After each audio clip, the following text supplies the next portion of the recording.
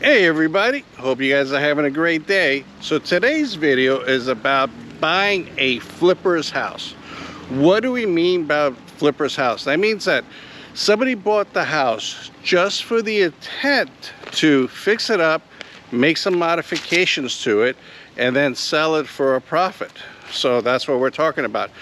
Now, some of the flippers do a really good job, but there is some cons to them to buying one of those also. And that's what we're going to talk about today. In the meantime, if you could do me a favor, if you like this kind of content, if you could subscribe, consider subscribing and hit the bell notification. So next time we upload, you'll get notified. So here we go. All right, Bill.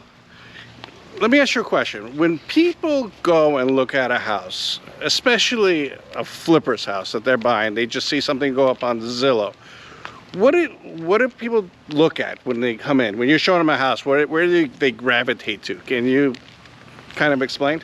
Yeah, I mean, well, that's just like every house, you know. People tend to go towards the kitchens if that's a big deal for them. You know, usually the kitchen's the focal point of a house, you know. Otherwise, maybe to the living room area or some sort of a gathering area, you know, to see if it's got enough space, whether it's for their furniture or what have you. Right. Well, my point to this question is, that's when you're buying a flipper's house, they know that information also. So they're going to put their energy into common areas that people are interested in, like kitchens and you know, gathering areas to make it look pretty. But they might ignore areas that people don't really look at, like attics and electrical panels. Yeah, I don't think nobody's really going into the attic. Let me look in the attic here before we buy a house. It might be one person, but typically that's not where you go. You shouldn't be doing that anyway, but until the inspection. But bathrooms are another area, you know, to look at. But you're right. The other things are the big ticket items. When you're looking at a property, air conditioner, right, water heater, insulation, you mentioned the electrical panel, things of that nature. You know, whether it was been replaced, if maybe it needed to be replaced, maybe it didn't. We don't know. So, but those are things that if they're in operable condition, they're traditionally, I don't see those getting changed as often. Right. I mean, there's different levels of flippers, in my opinion. So, like, some flippers will go in and just paint the place and put carpet down or put new flooring down, and they're like, okay, we're ready to go. While other flippers go in and they rip out the bathrooms, they rip out the kitchens, they rip out everything. And those are better flippers, because let me ask you a question. You probably get this question all the time. You go show somebody's a house, then they go into Zillow and they say, 6 months ago, these people bought this house and they paid $150,000 less than what they're asking for it. How do you answer them? Oh, that's on every house. Okay. That's not just on the houses that have been renovated. So let's just, with the people who buy, you know, these houses, these flippers, you know, they're going to go in, they're going to buy a house. They're getting the ugly duckling, if you will. Right. You know, or they're getting a house that was in default and they get it at a lower price point. They come in and they spend their time and their money to purchase the house, to design the renovations and conduct the renovations. So to bring it up, and then they have to make a profit on the property. That's how it works. That's the whole point of it. Yeah, there's money to be had in flipping houses if you're skilled at it. There's pitfalls too. But you shouldn't go to a property and then go, well, how much did he, well, you're predetermining how much you feel somebody should make for a house. Right. That's not a negotiation tactic. Right. That's not fair, because what if I bought a house that needed a new roof, we gutted it completely, it had bad pipes, bad electrical, and I just started over, basically. I didn't polish it, and I completely renovated it, but I bought it for $200,000. Now I'm selling it for $550 because it was in the neighborhood that supported that valuation. It's, you know what I mean? But I put $300,000 into it. Right. It's not a negotiation. Like I said, it's not a negotiation tactic. It's not the way we do, you know, the business. So really what we need to be looking at is not how much they're going to make potentially. We need to look at what the value of the property is. That's really the key. That's the most important. If the house is worth $500,000, the house is worth $500,000, whether the flipper is making 30 grand or 250,000. Right. That's the value of the house. Let me ask you a question. Say the house is 500,000, but say all the houses around the house they're going for 350, 400, but this investor invested a lot of money into it, and now it's compared to the other houses, he needs to sell it a lot more in the neighborhood. Does that have an effect? Oh yeah, that's going to be an effect on maybe the investor. Right. Potentially, because there's two angles to this. So they've either over improved the property. Okay. And then they put which means they put too high of a price tag on it to recoup their money and their investment. Or maybe the rest of the neighborhood, this is the first one, that's getting renovated. And this is kind of like the leading trend. So they're going to start setting the new valuation for that neighborhood. Yeah. So you kind of have to take it into consideration. And that's what we do when we start looking at numbers and developing a plan for your offer, is we start looking at the different properties and what they have to offer comparable, just like an appraisal from a bank. Yeah, that's true. That's true. So another thing too, when you're buying a flipper's house, I think the most important thing, more than buying a house that somebody is living in it right now, is have a really good home inspection done. I can't stress it enough, because the home inspector will look at the electrical panel, look at the plumbing, look at the AC, will go up in the attic, go up on the roof. Things that you guys won't do when you're just looking at it. Because the flippers are trying to wow everybody with the kitchen and the bathrooms and the staging furniture sometimes. And a home inspector doesn't care about any of that stuff. They want to care about the functionality, what kind of plumbing, if it has polybutane plumbing, which is a plumbing that you don't want in the house. Right. What do you think about having an inspection done, how important it is compared to a house that somebody's living in? I think inspections are important no matter what house it is. It could be a new construction house, all the way to something like we're talking about today, which is an investment that somebody's flipping.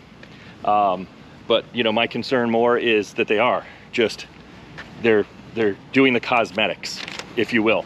Right. And you're going to miss out potentially on other issues that aren't so visual, that you will only find during a proper detailed inspection. So another thing to look out for is make sure all the permits are closed out as well. Oh yeah, that's really important. So let me ask you a question. Would you buy a flipper's house? Sure. Okay, so now you're going into a flipper's house. What are you going to look at, basically? Well, that's a loaded question with me, because you know me. What I'm saying is, I have too many years of construction experience as well as real estate. But I would go in, you're going to buy it off of visualization. You're looking at, do I like this? Do you like the neighborhood? Do I like where it's at? Is it close to my job? What's my commute time to things that I do on a regular basis? Can you afford it? Yeah, can I afford it? Taxes, insurance. Let's talk about insurance real quick. Okay. So basically, insurance is getting crazy. Yep. Obviously. Yeah. It's getting crazy. So I just want to throw this out. Basically, I just feel that insurance is as important to get an estimate as your mortgage payment and what your taxes are going to be. Don't consider insurance like a secondary thought. What do you think? You absolutely need to take that into consideration. So when you're speaking with your mortgage professional, your lender, make sure that when they're giving you the quote, that the estimates are high enough. Okay, so make sure that their quote number one is actually principal and interest on your loan, plus estimated taxes, plus your estimated homeowner's insurance quote.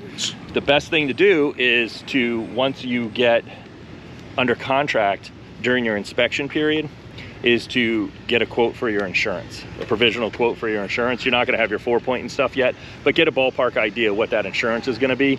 And then you can go to the county and look up what your estimated taxes would potentially be, and then make sure that all those numbers are correct.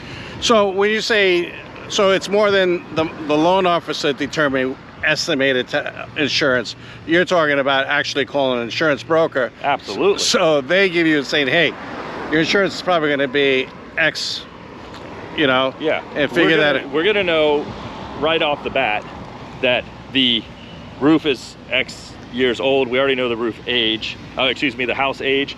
We can look up the roof's age, and then we just assume everything else. Just get it with no credits, you know, no clip credit or no strap credit, nothing. You just take it as a basic quote. So it's almost more of a worst case scenario. And then if you're relatively comfortable with it, then you're good to go. Yeah. You have a better idea what your insurance will be. And then please, please, please, please, make sure that you don't call your buddy that's in another state. Yeah, I see that a lot. Because I get this all the time. And clients are like, oh, I'm moving from state, whatever. And I'll call my guy, he's licensed in Florida. Yeah. Hey, your insurance should be roughly this, right? And then they get here and they actually, oh wait, I can't bind your insurance, I have to pitch it to this next person, right? So then they get the shock of their life with their insurance, but you've kind of missed the ball because you're outside your inspection period now, so it makes it a little bit more complicated. Yeah, so now you're stuck. Here's another thing I see on flippers houses. Sometimes the flippers, you know, they're a mom and pop flipper and they only done 1 or 2 houses. And then they've finished with the house and now they think their house is worth $1 million. And make sure you don't overpay, because just because a flipper thinks it's worth so much because they put a lot of work, sweat into it, it may not be. What do you think? Yeah, sometimes you'll see that the houses are a little overpriced, kind of like what we were talking about just a few minutes ago, inside of a neighborhood, or maybe it's not in a neighborhood, it's just, you know, more in just a generalized area, but they might be a little bit higher. They're trying to maximize the return on their investment, and I understand that, but we're pulling comps just like an appraiser would, and the appraiser will be your guide at the end of the day. So, you know, don't be afraid to walk away from something. Yeah, I know it's pretty, but you don't want to go down the road if every comp in the area is 50,000 under what the house is and they're all identical, right, renovated, just because it's a beautiful house. You know, you don't want to overpay for that house, and at the end of the day the appraisal might not come back, and then, you know, that's a whole nother topic. So basically, don't overpay just because a flipper thinks it's worth X amount of dollars. Right, you do your own research. Do your own research. Have the realtor pull comps, you know, and see what the appraisal comes in at. Absolutely. So don't get too excited with all the looks and everything that they're doing to the house. Just wait till you get the facts of the actual value. Right, and another advice is just don't be afraid to walk away. To our point on the inspections, if there's so much stuff wrong with it, or there's, you know, it wasn't really done well, don't, just because it's pretty, don't be afraid to walk away. That's my advice. I'm going to put it to you guys this way. 60% of the flips that I inspect, the people tell me right off the bat, it's a perfect house. I love the house. We walked around it, we spent an hour there. It's like the perfect house. And I go in there and I find major issues. I find Federal Pacific panels, which recall panels, swear Ds that aren't allowed anymore. I find Zinsco panels. I find cut wires in the attics. You know, I went into an attic recently, and the rafters were cut. Right. You know, it's just, I find things that you won't find, you know, and the inspector will find, and we're talking about thousands of dollars. Like a house, a flipper's house that I actually just did today. It appears they didn't pull a permit to put the roof on. Ooh. So now in Florida, I got to do what's called a 4-point wind. Now I don't have a permit to show the insurance company. Oh, that's gonna be tough. So the roof is good, but I have to check off no information provided for compliance, because they didn't pull a permit for the roof because they wanted to save a couple of bucks. So now that's probably going to kill the deal unless somehow they could resolve it, and they'll let me know. Yeah, that's a big one right there. And those are things though that you're not going to know until you get into the inspection period, and you know, you get a home inspector to come out and, you know, look at the house. But that's what I mean. Flippers sometimes take shortcuts. Yep. Oh, absolutely. Because Absolutely. it's all about profit. It's not like there was somebody living in the house taking care of it and something broke and they're like, oh, we got to fix this because the toilet's not working. Right. It's nothing like that. Yeah, this is profit, period. Right. There's no emotion. It's money. So, you have anything to add? That's it. Just don't be afraid to, any house, truthfully, don't be afraid to walk away. And, you know, make sure you do your due diligence. You know, you spend your time researching. Make sure that everything is truly what it should be for what you're paying for the property. And you know, you can determine that. Yeah, and be extra cautious on buying a flipper's house because they're in it for the profit. They weren't living in it, so they just want to make money. So you have to be extra careful. Anyways, that's today's video. Greatly appreciate it as always. Please consider subscribing. It helps out the channel. Hit the bell notification so you're notified next time we upload. Thank you, and I will talk to you on the next video. Thanks. See you next time.